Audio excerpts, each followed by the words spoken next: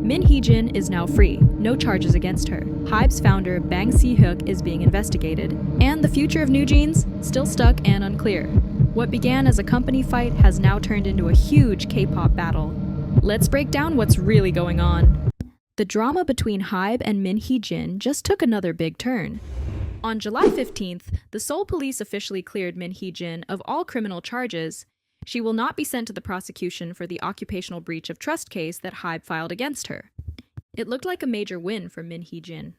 But the story doesn't end there. Back in April 2024, Hybe began an internal audit of its subsidiary label Adore, the company behind Newjeans. Min Hee-jin, the CEO of Adore at the time, was accused by Hybe of trying to take control of the company. Hybe owns 80% of Adore, while Min holds 18%. According to Hybe, she had been making moves behind the scenes to take over management control, which they claimed was a serious breach of trust. Min Hee-jin strongly denied all accusations. She said it would be impossible for her to take over Adore because of Hybe's large ownership share. She also said the allegations made no sense and promised to tell the truth. This led to a very public and messy battle between Hybe and Min, with press conferences, leaked documents, fan protests, and Newjeans caught in the middle. Fast forward to July 15th, 2025, after months of investigation, Seoul's Yongsan police station made their decision. The police announced that Min Hee-jin would not be referred to prosecution. Simply put, they didn't find enough evidence to move forward with the charges Hybe had made. Hybe had accused her of occupational breach of trust, but the police said there were no signs of criminal activity. The case was closed. A representative for Min Hee-jin said in an official statement that this outcome proves her innocence and shows the accusations were baseless from the start. So, legally speaking, Min Hee-jin is in the clear. Shortly after the announcement, Min Hee-jin posted a song to her Instagram story, Beyond the Clouds, by the Frank Conamondo Trio. The song has soft, uplifting lyrics about freedom, peace, and hope. Many fans saw it as a subtle way for Min to express relief after being cleared. But not everyone reacted positively. Some netizens thought the post was poorly timed, especially since the future of Newjeans remains unsettled.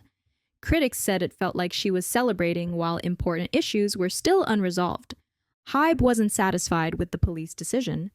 Soon after the news broke, Hybe announced that they would file an official objection to the prosecution. This means they want the case reviewed again, in hopes of reopening the investigation. So why does Hybe believe this should happen? They pointed to new developments, especially the recent move by Newjeans members to end their contracts with Adore. Hybe says this supports their earlier concerns about Min Hee-jin's influence and a possible power shift within the company. They also cited comments from court documents in other related cases. In one ruling, the court mentioned that Min seemed to be dismantling the structure laid out in her contract with Hybe. Hybe believes this shows she was trying to go against the company from within. Hybe argues that the police might not have had access to all the latest information, and so the case deserves a second look. This legal battle hasn't just been about one case. Min Hee-jin and her team had also filed complaints against Hybe executives. They also accused members of the Belift Lab creative team, another Hybe sub-label, of making false claims. A group called Team Bunnies, believed to be supporters of Min, filed complaints too.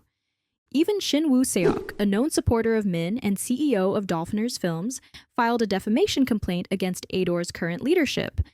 But according to Hybe, all of these cases have now been closed, dismissed, or not forwarded to the prosecution. Authorities reportedly concluded there wasn't enough evidence, or that the actions were legal and in the public interest, meaning they didn't count as defamation or illegal behavior. Hybe used this to point out that every complaint made against their side has been dropped. Legally, it puts them in a stronger position as the larger company in this fight. Now let's talk about Bang Si-hyuk and the serious trouble he's in. Bang Si-hyuk, the founder and chairman of Hybe, is currently facing legal issues. South Korea's top financial regulator, the Financial Supervisory Service, has officially decided to hand over Bang's case to the prosecution. The reason? Alleged fraud related to how Hybe went public in the stock market. This is happening just as BTS, the group that made Hybe a global name, is about to reunite after completing their military service. In the middle of this controversy, Bang has even canceled an important speech he was supposed to give called Beyond the BTS Phenomenon, The Future of K-Pop at a business forum in Jeju. So what exactly is he accused of? Back in 2019, before Hybe, then Big Hit Entertainment, went public, Bang reportedly told investors that there were no plans for an IPO, initial public offering. Based on that info, some investors sold their shares to a private equity fund linked to someone Bang knew. But here's the catch. Hybe had already started the process of going public around the same time. Reports say that Bang secretly signed an agreement with some investment companies like Estic Investments and Eastone Equity, promising to share profits once Hybe went public. This agreement was not mentioned in the official IPO paperwork, which could be a serious violation of South Korea's Capital Markets Act. When Hybe finally went public in 2020, the stock price skyrocketed on the first day. But just a week later, the price crashed by nearly 70%, as those same private equity firms started selling off their shares. While many investors lost big, Bang reportedly walked away with around 400 billion won. Now, the FSS is looking into whether Bang gave false statements and kept important details hidden on purpose. They've already questioned him in late June. There's also suspicion that Bang used private equity funds to get around lockup rules, which are supposed to stop major shareholders from quickly selling stock after an IPO. Last week, the Capital Market Investigation Team under the Securities and Futures Commission held a meeting and officially recommended that Bang be investigated by the prosecution. This is one of the most serious actions financial authorities can take, and usually, once this kind of complaint is filed, it's rarely reversed. Hybe has responded to the situation, saying that everything was done legally and with proper legal advice. They also said, "We're sorry for causing concern and are fully cooperating with the police and financial officials."